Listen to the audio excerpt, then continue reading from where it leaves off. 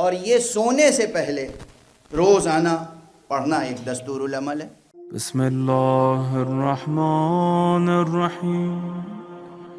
ہر شخص پوچھتا ہے یہ عرفان کیا ہے، عرفان عملی کیا ہے، عرفان نظری کیا ہے، سیر و سلوک کیسے طے کیا جائے، خدا کی راہ پر کیسے گامزن ہوں، نقطہ اول کیا ہے، آغاز کہاں سے کریں، کن راہوں سے گزریں، اسٹیپس کیا ہوں گے ایک کے بعد ایک۔ تو بس یہ یاد رہے کہ یہ جو تزکیے کا نصاب ہے یہ ہر فرد کے لیے الگ الگ ہے، چونکہ ہر شخص کا ذوق الگ ہے۔ بالکل ایسے ہی جیسے زمینیں مختلف ہوتی ہیں، بعض زمینیں ایسی ہوتی ہیں جہاں جو درخت بو دیا بس بو دیا، اس کے ساتھ کوئی گھاس نہیں اگے گی۔ بعض زمینیں ایسی ہوتی ہیں کہ روزانہ آپ گھاس نکالتے رہیے، کاٹتے رہیے، صاف کرتے رہیے، نئی گراس جو ہے نئی گھاس اگتی آئے گی۔ اور فرمایا آپ نے تو جہاں جس زمین میں بار بار گھاس اگ رہی ہے، کانٹے اگ رہے ہیں، وہاں بار بار صفائی کرنی ہوگی۔ جہاں نہیں اگ رہی ہے گھاس، جہاں خضرو پودے نہیں اگ رہے ہیں، جو آپ نے لگا دیا تو وہاں بار بار محنت نہیں کرنی ہوگی۔ واضح ہوئی نا؟ یہ تو نہیں کہہ سکتے کہ آپ اس سے بھی کہیں کہ بھائی روزانہ کیوں نہیں تم گارڈننگ کرتے، کہے گا ضرورت نہیں ہے۔ اور وہ شخص جس کو روز ضرورت ہے، آپ کہیں بھائی ہفتے میں بس ایک دن یا مہینے میں ایک دن کر لیا کرو کافی ہے، وہ بھی ناکافی ہے۔ یہ نسخہ، یہ طریقہ عمل وہاں کارآمد نہیں ہو سکتا، اور وہ طریقہ عمل یہاں کارآمد نہیں ہو سکتا۔ توجہ ہے؟ اب اسی طرح انسانی نفس کی کیفیت سامنے آتی ہے۔ کوئی ایسا ممکن ہے جس نے اتنی شرابیں پی ہو، نعوذ باللہ، اتنا حرام کھا لیا ہو کہ اس کے لیے ضروری ہو کہ آپ جا کر مسلسل بس سال میں 2 دن روزانہ رکھیے گا، عید الفطر اور عید قربان، باقی پورے سال روزہ رکھیے تاکہ جسم پاک ہو جائے۔ لیکن یہ نسخہ دوسرے کے لیے استعمال نہیں کر سکتے۔ کسی نے نمازیں بہت قضا کی ہیں، اس سے کہیں گے آپ نمازیں جلد پوری ادا کریں، لیکن جس نے نمازیں قضا نہیں کی ہیں اس کو تو نہیں پابند کیا جائے گا کہ آپ اور نمازیں پڑھیں۔ واضح ہے؟ اب اسی طرح نفوس کا تجزیہ کریں۔ خود دربار پیغمبر میں صلی اللہ علیہ وآلہ وسلم حضور نے جو نسخے بتائے ہیں وہ بھی مختلف نسخے ہیں۔ کسی سے کہا سونے سے پہلے تمام سورہ مسبحات پڑھ لیا کرو۔ سورہ مسبحات کیا ہیں؟ یہ سورہ مسبحات وہ ہیں کہ وہ تمام سورے جو سبحہ یا یسبحو سے شروع ہوتے ہیں، ان کی تلاوت کی ایک خاص تاثیر ہے۔ جو سورے سبحہ سے یا یسبحو سے شروع ہوتے ہیں، جیسے سورہ حدید ہے، سبح للہ ما فی السماوات والارض، یہ ہے۔ سورہ جمعہ ہے، یسبح للہ ما فی السماوات والارض۔ تو جتنے سورے سبحہ یا یسبحو سے شروع ہوتے ہیں وہ سورہ مسبحات کہلاتے ہیں۔ اور یہ سونے سے پہلے روزانہ پڑھنا ایک دستور العمل ہے، تو اس میں تقریباً 1.5 گھنٹہ، 1.25 گھنٹہ، 2 گھنٹہ لگ سکتا ہے، لیکن یہ دستور العمل ہر ایک کے لیے نہیں ہو سکتا۔ کچھ حضرات وہ ہیں کہ جن کے لیے سورہ حوامیم پڑھنا تجویز کیا جاتا ہے، یعنی وہ تمام سورے جو حامیم سے شروع ہوتے ہیں۔ واضح ہے؟ کچھ حضرات وہ ہیں جن سے ہم لوگ صرف اتنا کہہ دیتے ہیں کہ معصوم نے یہ بتایا ہے کہ 4 قل اور آیت الکرسی پڑھیے اور سو جائیے۔ تو اب وہ تینوں الگ الگ ہیں نسخے۔ واضح ہے؟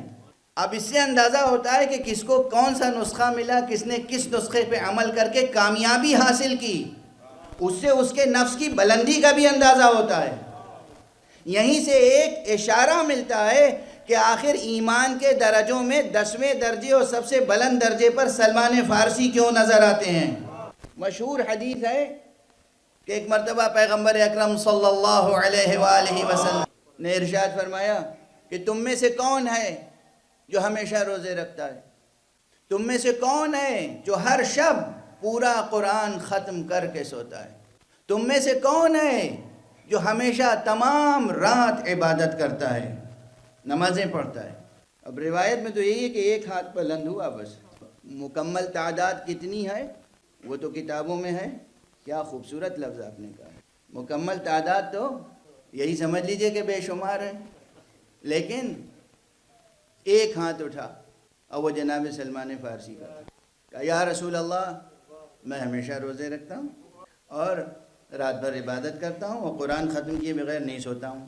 ذرا دیکھیے، جیسے ہی جناب سلمان فارسی نے کہا ویسے ہی کچھ کمزور طبیعت کے لوگ تھے. کمزور طبیعت تو ذرا ہلکا لفظ ہے، مگر اب ممبر پہ اس کے علاوہ ہم کہہ بھی کیا سکتے ہیں.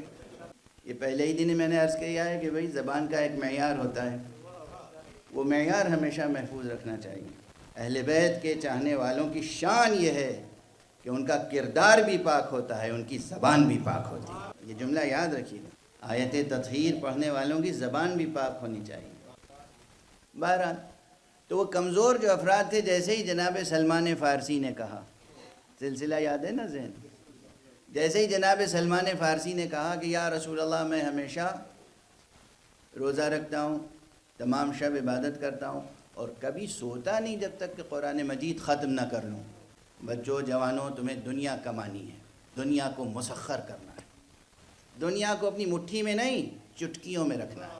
حوصلہ لے کے جانا، آج حوصلہ، قوت، طاقت، شجاعت، ویژن. دنیا میں کسی سے پیچھے نہ رہو، کسی میدان میں بھی.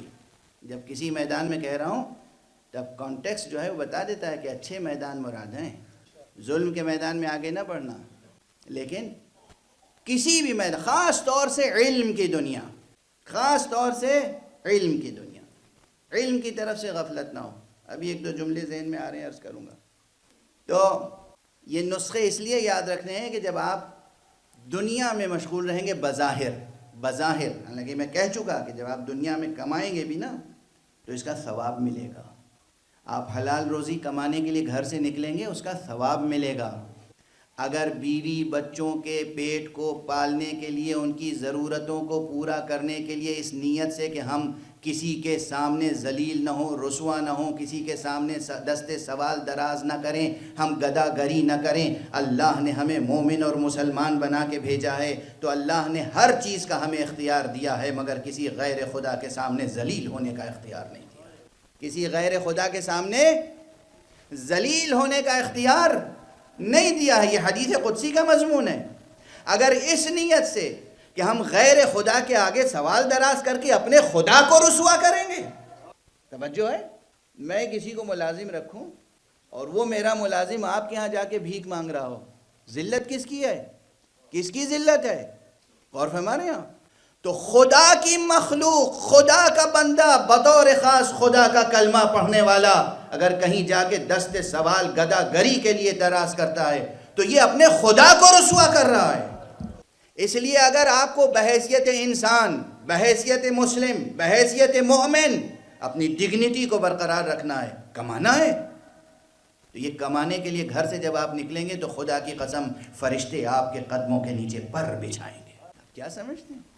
کیا سمجھتے ہیں آپ؟ یہ نہ سوچ کے گھر سے نکلا کیجئے کہ ہم گھر، اللہ چھوٹ گیا گھر میں، اللہ چھوٹ گیا مسجد میں، مولا چھوٹ گئے امام باڑے میں. مولا نہ امام باڑے میں چھوٹتے ہیں، نہ اللہ مسجد میں چھوٹتا ہے. اللہ ہر جگہ آپ کے ساتھ ساتھ ہے. بس اللہ وہاں چھوٹ جاتا ہے جہاں نیت میں کھوٹ آ جاتی ہے. زندگی کے کسی محاذ پر، کسی گام پر، ایک آن اور ایک نفس کے لیے خدا آپ سے جدا نہیں ہوتا. آپ کام کر رہے ہیں تب بھی خدا آپ کے ساتھ ہے. آپ محضر الہی میں، محضر خدا میں، آپ عبادت کر رہے ہیں. اب یہ عبادت کی قسمیں ہیں.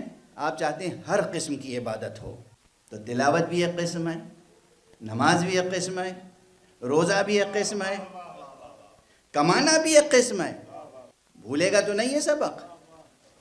حلال روزی کمانا بھی ایک قسم ہے. طالب علم کا کتاب پڑھنا بھی عبادت کی ایک قسم ہے. کتاب پڑھنا، جس بچے کو فزکس میں پی ایچ ڈی کرنی ہے اسے فزکس کی کتابیں پڑھنا بھی عبادت ہے، اور اس کا ثواب ہے. اس کا ثواب ہے، میں اعلان کر رہا ہوں، ثواب ہے. دنیا کی کسی بھی برانچ آف نالج میں آپ جائیں، قربتاً اللہ علم حاصل کریں، آپ کو اس کا ثواب ملے گا. زندگی کا ذرا نقطہ نظر واضح ہونا چاہیے. اب جب آپ نے پڑھ کے، لکھ کے، تھک کے، ہار کے، جاب کر کے گھر آئے، اب کوئی کہے الحمد سے لے کے والناس تک پورا قرآن ختم کیجئے، پاسبل نہیں ہے. ٹھیک ہے نا؟ لیکن آپ کا دل چاہتا ہے کہ پورا قرآن ختم کر کے سوئیں، تو کوئی راستہ ہے یا نہیں؟ اسی کو تو قدرت خدا کہتے ہیں کہ ناممکن کو ممکن بنا دے. اسی کو تو قدرت خدا کہتے ہیں نا، کہ ناممکن کو ممکن بنا دے۔ تو اب دیکھیے یہ چھوٹے چھوٹے جملے بہت سی جگہوں پہ کام آئیں گے۔ اب کوئی صاحب اعتراض کرنا چاہیں گے کہ صاحب آپ نے علم کلام نہیں پڑھا، حکمت نہیں پڑھی، فلسفہ نہیں پڑھا، ناممکن تو ممکن ہو ہی نہیں سکتا ہے۔ اب ان کو کہیں اور جواب دے دوں گا، سخن شناس نئی دلبرا خطا انجاست۔ بہرحال تو جناب سلمان فارسی کی اس روایت میں ان سب کا جواب مل جائے گا۔ جب لوگوں نے اعتراض کیا، اعتراض بھی کیا کیا، یا رسول اللہ یہ سلمان فارسی عجیب باتیں کر رہے ہیں، ہم نے اکثر دن میں انہیں کھاتے دیکھا ہے، اکثر راتوں کو سوتے دیکھا ہے، قرآن بھی بہت کم پڑھتے ہوئے دیکھا ہے، اور یہ اتنا بڑا دعویٰ کر رہے ہیں آپ کے سامنے۔ تو کہا جاتا ہے، بعض حضرات نے لکھا ہے کہ حضور نے فرمایا تم میں سے کون ہے لقمان جیسی عقل رکھنے والا جو سلمان کو سمجھ سکے، اور فرمایا سلمان ذرا تم ہی اپنی بات سمجھاؤ۔ جناب سلمان فارسی کہتے ہیں یا رسول اللہ آپ کی ہر بات پر مجھے یقین ہے، ایمان ہے۔ آپ نے فرمایا تھا جو شخص ہر مہینے میں 3 روزے رکھ لے، شروع میں، وسط میں، آخر میں، اللہ سبحانہ و تعالیٰ اسے پورے مہینے میں روزہ رکھنے کا ثواب دیتا ہے۔ جب سے آپ سے سنا ہے میں اس پہ عمل کرتا ہوں، اس کے معنی میں ہمیشہ روزہ رکھتا ہوں۔ آپ نے فرمایا تھا کہ جو شخص وضو کر کے سوئے رات بھر اسے نماز پڑھنے کا، عبادت کرنے کا ثواب ملتا ہے۔ جب سے آپ سے سنا ہے میں اس پر کاربند ہوں، پابند ہوں، اس لیے میں وضو کر کے سوتا ہوں، مجھے یقین ہے رات بھر عبادت کرتا ہوں۔ یا رسول اللہ آپ سے میں نے سنا ہے، آپ نے فرمایا ہے کہ جو شخص 3 مرتبہ قل هو اللہ کا سورہ پڑھ لے اللہ اسے پورا قرآن ختم کرنے کا ثواب عطا کرتا ہے۔ جب سے آپ سے سنا ہے میں اس پہ عمل کرتا ہوں، اس لیے کہہ رہا ہوں قرآن ختم کیے بغیر نہیں سوتا۔ یہ بھی ایک نسخہ ہے سیر و سلوک کا، مگر یہ کس کے لیے ہے؟ یہ اس بلند نفس انسان کے لیے ہے جس کے ہاں سب سے پہلے تو یقین ہو مصطفیٰ پر، اور علم کا پایہ اتنا بلند ہو کہ اس کا موازنہ لقمان سے کیا جا سکے۔